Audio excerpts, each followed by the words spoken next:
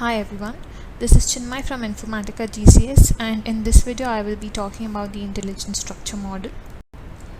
So the agenda of this video is as follows. First, I'll give you a general overview of an ISM, then explain some of the uses of ISM, and I'll finally be showing a demo of the steps to create an ISM. So an ISM is basically an asset in cloud that is used to create a kind of model based on the sample file that you provided.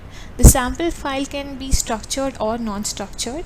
Internally, the intelligent structure model makes use of the CLAIRE technology to determine the underlying patterns of your sample file, such as the various hierarchies in the sample file, the schemas in the sample file, etc. It creates a model based on this automatically identified pattern, which can be used in various data integration mappings. It can be used to transform, parse, and generate output data. So some of the uses of ISM are that it easily parses long, complex files with little to no structure. Since it can automatically decipher the various relationships and the types in the sample file, we do not have to explicitly specify them because it automatically discovers various hierarchies and schemas within the sample file. It can also be used for parsing unstructured, semi-structured, or structured data. So now we move on to the actual demo of how to create an ISM. You open your cloud environment and you'll be clicking on new, and you go to the components and select the intelligent structure model and click on create. So once we click on create, we need to give a name for our ISM. I'm going to call it test_ISM, and we'll also be selecting the sample file. So under choose file, I'm selecting employee. So this is the employee sample file that I selected, which has department as root. Under department we have employee, and we have two entries for employee. And in the first employee we have ID, first name, last name, and age. For the second employee we have ID, first name, middle name, last name, and age. Middle name is extra in the second. So our sample file gets displayed here, and then we click on discover structure so that the CLAIRE engine discovers the structure of our file. Now if you can see this visual model here, it denotes all the fields that are present in both the rows of our incoming file.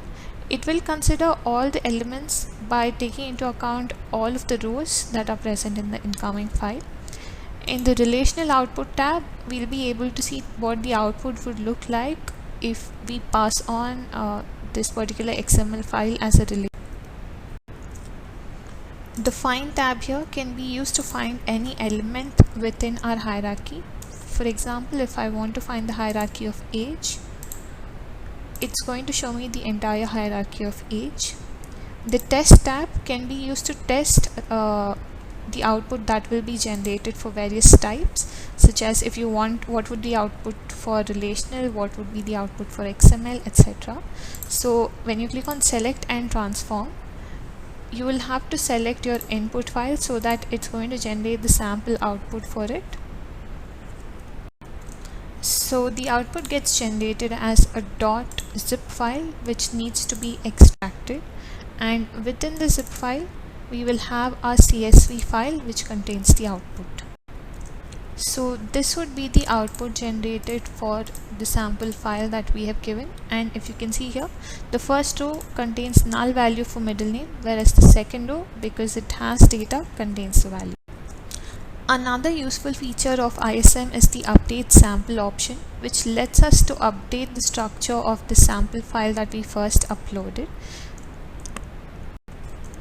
For example, if I remove this middle name field from the employee file that I just created and used for building the ISM and save it.